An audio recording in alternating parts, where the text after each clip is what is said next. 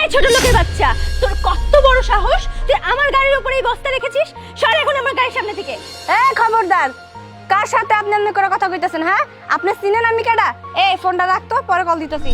তোরে কোন হিসেবে বলছি? তুই নিজের দিকে তাকাইছস? দেখছস একবার? সর আমার এখান থেকে, সর। ছোট লোক কোথাকার, আমার গাড়ি নষ্ট করে দিল। এই গাড়িটার কত দামি হইব শুনি? কত হইব? কতই কও। এই গাড়ির দাম 5 লাখ টাকা। 5 লাখ টাকা? 5 লাখ টাকা? আমি তো মনে করছিলাম তুই এই গাড়ির দাম 50 লাখ টাকা কবি। তা না, 5 লাখ টাকা। এই 5 লাখ একটা টাকা হইল রে। কি ফকিরের কথা শোনো। এই তুই 5 লাখ টাকা গুনতে পারিস? তোর পকেটে 5 টাকাও নাই, আর তুই 5 লাখ টাকার গাড়ি নিয়ে এত বড় বড় কথা বলতেছিস। 5 লাখ টাকা আমি নিজের চোখে দেখছি। তুই চোখে দেখছস? গুনতে পারোস 5 লাখ টাকা? এখনো তোকে ভালোই ভালোই বলছি এখান থেকে সরে যা, আমার কিন্তু মেজাজ খারাপ হচ্ছে। কি হয়েছে তারা চিল্লাচিল্লি করছো কেন? আরে দেখো না, এই ছোট লোকের বাচ্চা, ফকিরের বাচ্চা আমার গাড়ির উপরে এই বস্তাটা রেখে আমার গাড়িটাই নষ্ট করে ফেললো। এই এই ছোট লোকের বাচ্চা, তোর সাহস তো কম না? তুই আমাদের এত দামি একটা গাড়িতে তোর একটা ছোট্ট বস্তা রাখছিস? এই বের হ, যা যা বলছিস। তুই চিনিস আমার আমি কেডা? হ্যাঁ, কত কোটি টাকার মালিক আমি, এটা তো কোনো ধারণা আছে? ব্যাংকে গেলেই বুঝতে পারবি আমার কত কত টাকা আছে ব্যাংকে। কি কি বললি তুই? Bank account? এই ব্যাংক অ্যাকাউন্ট কি জানিস? হ্যাঁ, ব্যাংকের বারান্দায় কোনোদিন গেছিস? আর তুই বলছিস তোর অ্যাকাউন্টে লাখ লাখ টাকা আছে, কোটি কোটি টাকা আছে, তাই না? বুঝো না, ছিঁড়ে কাঁথায় শুয়ে লাখ টাকার গল্প শোনাইতেছে। কথায় আছে না, পাগলের সুখ মনে মনে। এটা যে পাগল সেটা আমার বোঝা হয়ে গেছে, এর সাথে আমি আর কথা বাড়াইতে চাইতেছি না। এখান থেকে সর, নাইলে কিন্তু তোর খবর আছে, আমার কিন্তু হাত উঠে যাবে তোর গায়ে। ও, বুঝতে পারতেছি। এতক্ষণ যে ঢাক ঢোল পিটে কইলাম, আমার মুখের কথা তোকে কাজ হইতাছে না, তাই না? বিশ্বাস করতেছস না? খারা, এমন মানুষ এখন কল দিয়ে আনমু, এমনিতেই তোরা বিশ্বাস করে যাবে। হ্যাঁ ডার্লিং, কই তুমি? ও আচ্ছা, আমাগো বাড়ির সামনে এক ব্যাগ টাকা নিয়ে চলে আসো তো। হ্যাঁ, তাড়াতাড়ি চলে আসো। এই, এখন তারা ক, এই যে এই খাটারা, এটার দাম কত? আমি কিনবো। কি? তুই এক বস্তা টাকা আনবি? ও এক বস্তা টাকা আনবে? এই দুপুরের টাইম হয়ে গেছে, তোর পকেটে 5 টাকা আছে? দুপুরে খাবার খাইতে পারবি? এই ওর কিছু টাকা দিয়ে দাও তো, দুপুরে খাবারটা খেয়ে নি। যা যা, সর। এই, তুই আমারে কি খাওয়াবি? হ্যাঁ, তুই আমারে কি খাওয়াবি? শুনা রাখ একটা কথা, আমি চাইলে না এই আজকে দুপুরে এই জেলার প্রত্যেকটা মানুষের দুপুরের খাবার খাওয়াইতে পারি, সেই ক্ষমতা আমার আছে। আচ্ছা দেখি তুই কারে ফোন দিছস, দে, সমস্যা নাই। দেখ কে টাকা নিয়ে আসে তোর জন্য, আর কত টাকা আনে সেটাই দেখবো আমরা এখন দাঁড়ায় থেকে।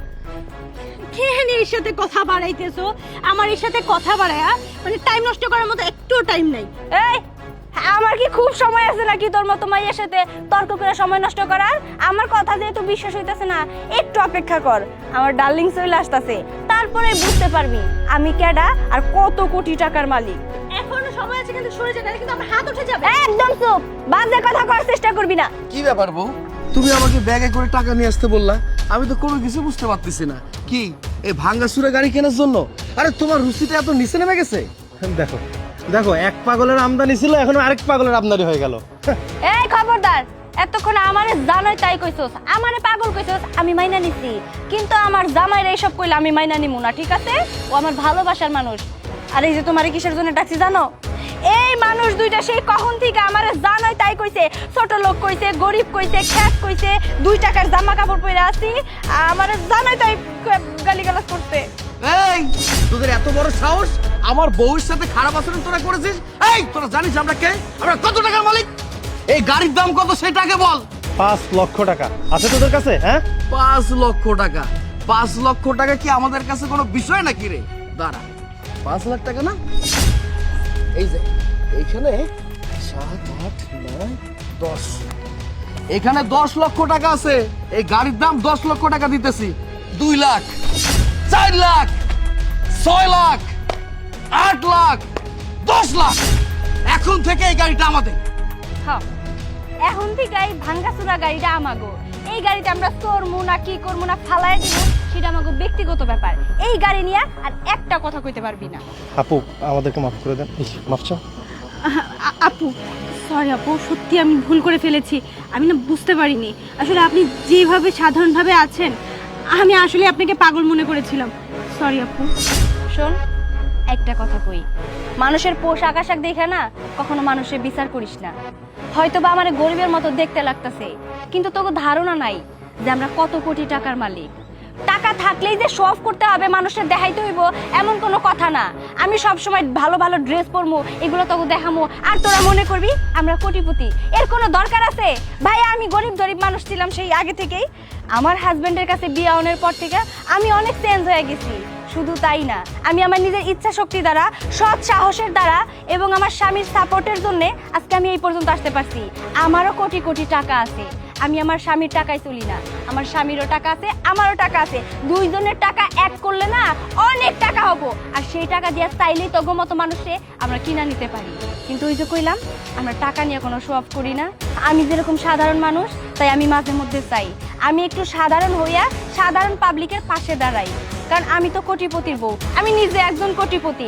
আমি যদি কোটিপতি সাইজা রাস্তা দিয়ে যাই না, কোনো সাধারণ মানুষ আমার সাথে কথা কইতে গেলে না দুইবার হইলেও ভাবে।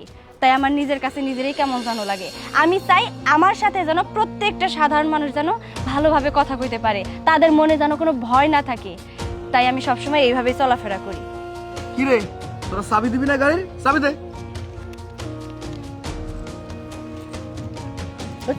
এই নাও বউ, আর একটা কথা, যাওয়ার সময় একটা কথা কান খুলে শুনে রাখ।